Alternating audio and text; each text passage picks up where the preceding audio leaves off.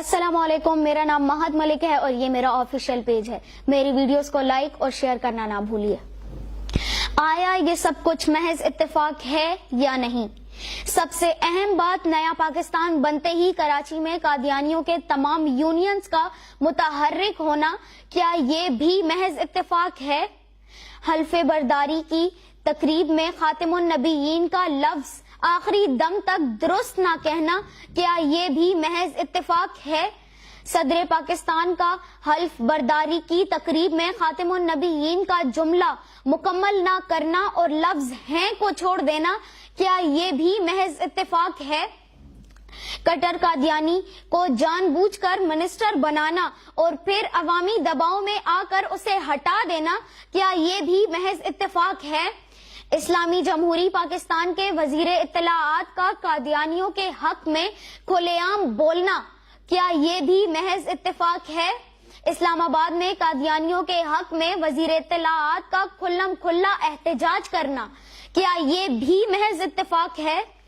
آسیہ ملونہ کو راتوں رات رہائی ملنا، کیا یہ بھی محض اتفاق ہے؟ پچھلے چند مہینوں میں جلیل القدر علماء کو پے در پے شہید کرنا، کیا یہ بھی محض اتفاق ہے؟ اسمبلی کے فلور پر قادیانیوں اور اسرائیل کی حمایت کرنا، کیا یہ بھی محض اتفاق ہے؟ فارن پالیسی میں اسرائیل کے لیے نرم گوشہ رکھنا، کیا یہ بھی محض اتفاق ہے؟ کرتارپور بارڈر کھولنا، کیا یہ بھی محض اتفاق ہے؟ اور ایسا سب کچھ پاکستان میں ہی پہلی بار ہونا، کیا یہ بھی محض اتفاق ہے؟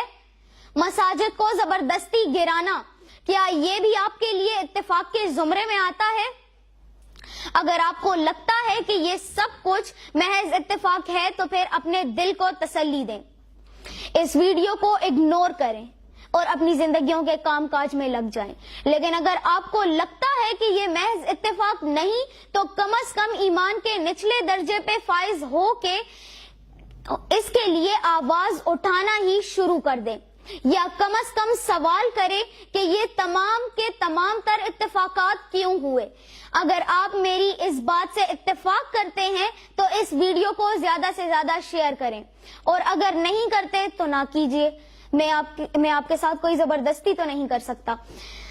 جو دیکھتا ہوں وہی بولنے کا عادی ہوں، جو دیکھتا ہوں وہی بولنے کا عادی ہوں، میں اپنے شہر کا سب سے بڑا فسادی ہوں۔ شکریہ۔